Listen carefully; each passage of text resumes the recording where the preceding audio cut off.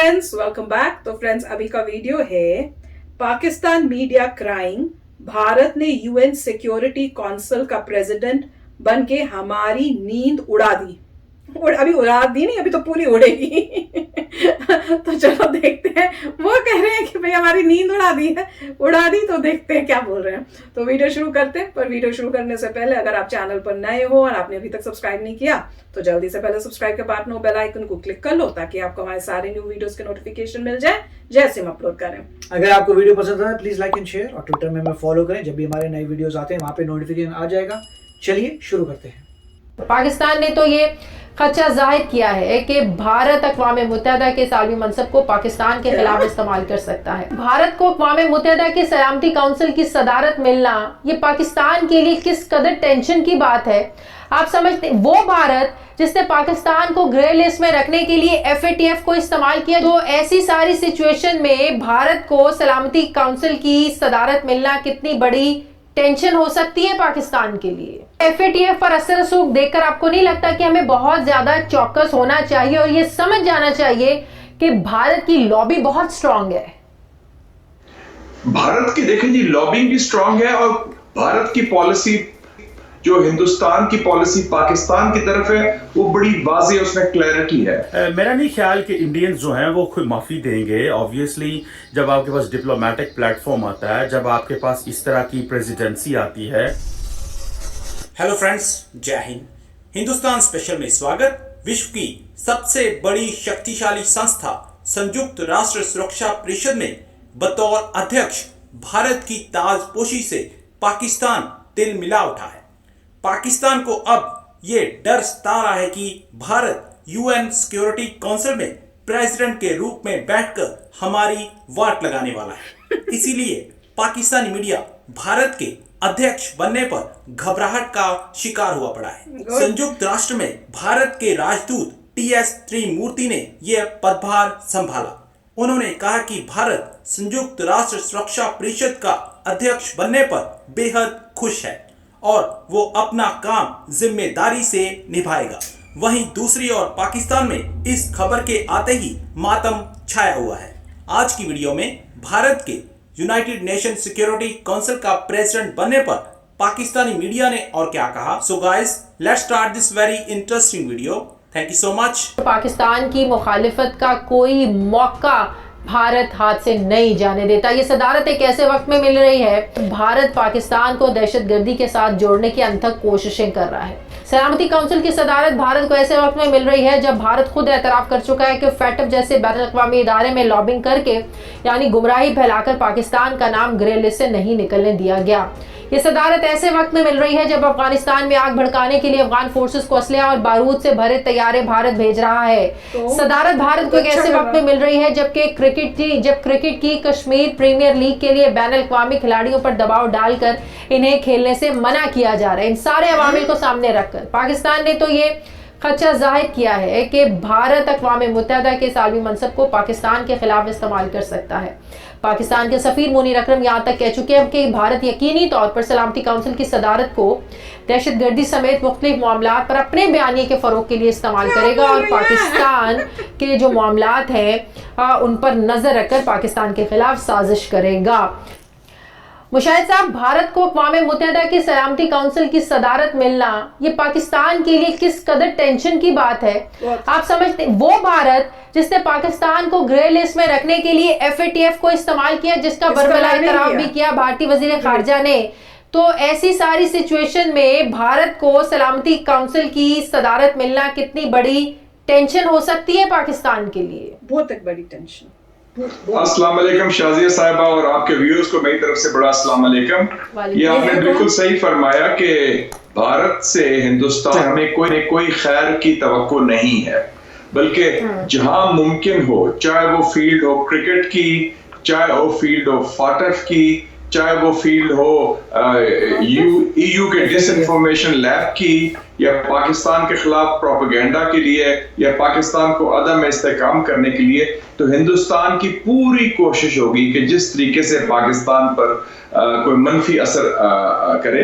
लेकिन ये है कि UN सिक्योरिटी काउंसिल में वो सदर जरूर बन गया है रोटेशन के तहत, क्योंकि वो मेंबर है सलामती काउंसिल का 1 माह के लिए, और ये बड़ा अहम महीना है। भारत के FATF पर असर रसूख देखकर आपको नहीं लगता कि हमें बहुत ज्यादा चौकस होना चाहिए और ये समझ जाना चाहिए कि भारत की लॉबी बहुत स्ट्रांग है? भारत की देखें जी, लॉबिंग भी स्ट्रांग है, और भारत की पॉलिसी, जो हिंदुस्तान की पॉलिसी पाकिस्तान की तरफ है, वो बड़ी वाज़ेह, उसमें क्लैरिटी है। हमारी पॉलिसी में थोड़ा सा मुझे लगता है कि हम वाज़ेह नहीं है।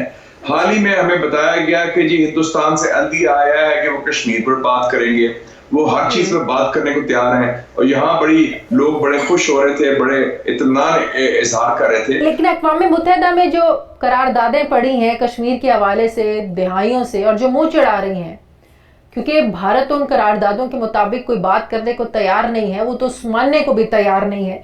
तो ऐसी सिचुएशन में जब कश्मीर की ज़मीन पर खड़े होकर ऑपोजिशन हुकूमत पर, हुकूमत ऑपोजिशन पर इल्ज़ाम लगाए, जब ऑपोजिशन ये कहे कि इमरान खान जो है ना वो मोदी को कश्मीर बेच दिया है, तो ऐसी सूरत हाल में, इस सिचुएशन में हम क्या मैसेज दे रहे हैं कि आप तो एक दूसरे पर इल्ज़ाम लगा रहे हैं कश्मीर बेचने का, तो दुनिया से कौन सा कश्मीर लेने की आप बात करते हैं? किन कश्मीरियों को आज़ाद करवाने की आप बात करते हैं? सिर्फ एक सियासत के लिए, क्या अपनी इक़्तिदार के लिए? इत्तफाक करूंगा, पाकिस्तान बड़ा कंसर्न है कि जो UN सिक्योरिटी काउंसिल है, जो उसमें की जो नॉन परमानेंट सीट है वो इंडिया के पास है। और आपको पता है कि जब 5 परमानेंट मेंबर्स हैं, 10 नॉन परमानेंट मेंबर्स होते हैं, और जो 10 नॉन परमानेंट मेंबर्स होते हैं वो 2 साल के लिए होते हैं। और जो UN सिक्योरिटी काउंसिल की जो प्रेसिडेंसी होती है वो हर मंथ अल्फाबेटिकली चलती है। तो अगस्त का जो महीना है वो आ रहा है इंडिया के हिस्से में, तो पाकिस्तान को फॉरेन ऑफिस और पाकिस्तान के जो जैसे आप बोल रहे हैं कि 1 महीने के लिए उसके फॉरेन ऑफिस के लोग हैं, वो बड़े इस हवाले से परेशान भी हैं, और वो अपनी प्रेस कॉन्फ्रेंसेस भी कर रहे हैं, और वो ये समझ रहे हैं कि जनाब इंडिया जो है वो इसको इस्तेमाल करेगा एंटी पाकिस्तान बैशिंग के लिए। अब इसमें 2 चीज़ें हैं जो मैं समझता हूँ कि इम्पोर्टेंट हैं, और गो के इंडियंस ये हमेशा कहते हैं कि जनाब पाकिस्तान जो है वो हमारा जो ध्यान है, जो हमारी जो ऑब्जर्वेशन है, या हमारा जो फोकस है वो पाकिस्तान की तरफ नहीं है, वो चाइना की तरफ है। लेकिन जो एजेंडा इंडिया के जो परमानेंट रिप्रेजेंटेटिव हैं UN में, उन्होंने जो एजेंडा दिया है नेक्स्ट मंथ का, वो 2 इश्यूज़ के ऊपर रिवॉल्व करता है, और वो बड़ा इंटरेस्टिंग है। पहला एजेंडा तो उन्होंने दिया है जनाब के मैरीटाइम सिक्योरिटी के ऊपर बात होगी, और दूसरा उन्होंने जो एजेंडा दिया है वो दिया है टेररिज्म के हवाले से। तो अब आपको पता है कि दोनों जो टॉपिक्स हैं, एक चाइना के रिलेटेड है और एक पाकिस्तान के रिलेटेड है। मेरा नहीं ख्याल कि इंडियंस जो हैं वो माफी देंगे। ऑब्वियसली जब आपके पास डिप्लोमेटिक प्लेटफॉर्म आता है, जब आपके पास इस तरह की प्रेसिडेंसी आती है जो कि अल्फाबेटिकली रिवॉल्व करती है, एंड देन आपके पास एक मौका आया है और आप परमानेंट नॉन परमानेंट मेंबर है UN सिक्योरिटी काउंसिल। अच्छा, अब यहाँ पे आके जो 2 पॉइंट्स हैं जिनको मैंने डिस्कस किया है, इस पे थोड़ी सी डिस्कशन होने वाली है, और वो 2 पॉइंट्स ये हैं कि जनाब इंडिया जब बात करेगा सिक्योरिटी के हवाले, टेररिज्म के हवाले से, इंडिया बात करेगा जनाब के ये पाकिस्तान जो है ये तो दहशतगर्दी फाइनेंस कर रहा है, स्पॉन्सर कर रहा है, लेकिन इंडिया ऑब्वियसली एक बड़ा प्लेटफॉर्म है इंडिया के पास मिला है, तो इंडिया इसमें तो ऑब्वियसली कोई माफी नहीं देगा। तो फ्रेंड्स, मैं तो बड़ी हैरान हो रही हूँ कि 1 महीने के लिए इंडिया है, और उनकी अभी 1 महीने के लिए उनकी इतनी मतलब वो हो रही है, बुरे हाल हो रहे हैं। मतलब वही होता है ना कि जब वो होता है कोई क्रिमिनल हो तो उसके लिए एक दिन ही अगर कोई आ जाए, मतलब अच्छा पुलिस वाला या इंस्पेक्टर या कुछ, तो उसको एक दिन भारी होता है। मतलब आप गिल्टी फील कर रहे हो, आपको पता है गिल्ट की वजह से आप घबरा रहे हो। अगर आपने कुछ किया ही नहीं है, आपको पता है कि आपको पास उनके पास सबूत ही नहीं होंगे, कुछ नहीं होगा, तो आप थोड़ी को ऐसे डरोगे।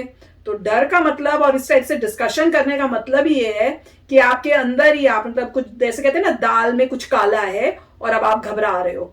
पर मैं तो बहुत हैरान हो रही थी ये देख के कि इनको इतनी वो हो रही है कि भैया हमारे को, और देखो बोलने का ढंग ये है कि भैया हमें फंसाया, काइंड ऑफ फंसाया जा, हम कुछ किया नहीं है, पर वो उनकी चाल टाइप है। मैंने कहा वाह। पर इंडिया ने बहुत अच्छा अपने जो 2 पॉइंट्स बता रहे थे ना, वो 2 मैंने कहा अच्छे पकड़े हैं। ओके, और मजे की बात ये थी, कहते एक चाइना के हवाले से और दूसरा हमारे हवाले से, तो ऑब्वियसली खुद ही उन्होंने अपने आप ही कर लिया कि भाई टेररिज्म हमारे से रिलेटेड है।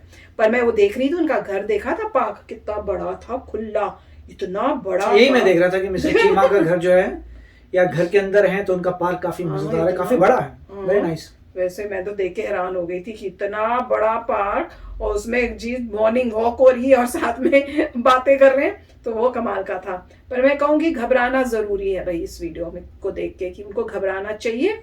अभी तो 1 महीना ही हुआ है, अब आगे आगे जैसे जैसे इंडिया और स्ट्रांग होएगा, तो जब परमानेंट पोजीशन मिलेगी फिर तो राइट। इसमें एक पॉइंट यही था कि एक समय पे हिंदी और उर्दू काफी कॉमन हुआ करते थे, सिमिलर हुआ करते थे, अब सेपरेट हो रहे हैं। मैं तो कुछ समझ ही नहीं आ रहा हिंदी था। में संस्कृत वर्ड्स आ रहे हैं जो हम उस तरफ जा रहे हैं, और वो लोग अपनी अरेबिक वर्ड्स या पर्शियन वर्ड्स डाल रहे हैं। तो आप देख सकते हैं उर्दू जो है पर्शियन अरेबिक जा रही है, और हिंदी जो है वो तो यहीं पर संस्कृत थी, क्योंकि हमारी अपनी भाषा है संस्कृत, तो हम संस्कृत को इनकॉर्पोरेट करें हिंदी में। मगर वहाँ पे वो लोग जो है उनका इन्फ्लुएंस जो है फॉरेन लैंग्वेजेस पे है, पर्शियन और अरेबिक। क्योंकि आप एक भाषा देखते हैं तो उर्दू है पाकिस्तान की, उसमें वो आप ऐड करें पर्शियन जो ईरान है, और उसका अरेबिक जो सऊदी अरेबिया है, हम यहाँ पे संस्कृत अपनी जो हमारी अपनी है संस्कृत को ऐड करें। अब पॉइंट ये है कि इनमें यही था कि उनको थोड़ी तकलीफ हो रही है कि इंडिया जो है नॉन परमानेंट मेंबर नहीं है सिक्योरिटी काउंसिल का, मगर अब प्रेसिडेंट बन रहा है 1 महीने के लिए शायद कह रहे हैं, और ऑफ कोर्स रोटेशन से बनते हैं। इतना मुझे पता था रोटेशन से बनते हैं, मुझे ये नहीं पता था कि सिर्फ 1 महीने के लिए बनते हैं। एक साइड तो बोला 2 मुझे लग साल रहा था 1 साल के लिए, मुझे पता नहीं महीना कैसे होगा, कुछ 2 साल भी बोला, पहले 2 साल का कुछ बोल रहे थे, फिर 1 महीना। 1 महीना तो मेरे ख्याल से बहुत ही कम होगा, मेरे ख्याल से तो मिनिमम 1 साल होता है, मुझे देखना पड़ेगा, चक्कर क्या करना पड़ेगा। और मगर ये कह रहे हैं कि सिर्फ अगस्त के महीने में, तो हो सकता है अगस्त के महीने में सिर्फ इंडिया या तो स्टार्ट कर रहा है या अगस्त के महीने में आ रहा है, और इंडिया जो भी करना होगा, पेंडिंग जो टास्क होंगे वो तो इंडिया करेगा ही। मगर अगर कोई इंसान गिल्टी नहीं है तो कोई उसका बिगाड़ नहीं सकता कुछ, मगर गिल्टी है तो डेफिनेटली आप पकड़े जाएंगे। तो पॉइंट यही ना, देखिए अगर किसी ने कुछ बुरे कार्य किए उसी को डर लगता है कि वो बन गया मुझे कुछ करेगा। तुमने बुरे काम किए तो करेगा, मगर अगर तुमने बुरे काम नहीं किए तो तुम्हें किसी से डरने लगेगा, तो बोलेगा मुझे क्या फर्क पड़ता है, मैंने बुरे काम किए नहीं है, जिसको आना आ जाए, क्या कर लेगा भाई, मैंने बुरे काम नहीं किए हैं। तो ये बोलना कि इंडिया एक्शन लेगा, ये करेगा वो करेगा, दैट मीन्स वही घबराता है जिसने बुरे कार्य किए हैं। बिल्कुल, तो यही है। यस फ्रेंड्स, अच्छा वीडियो था।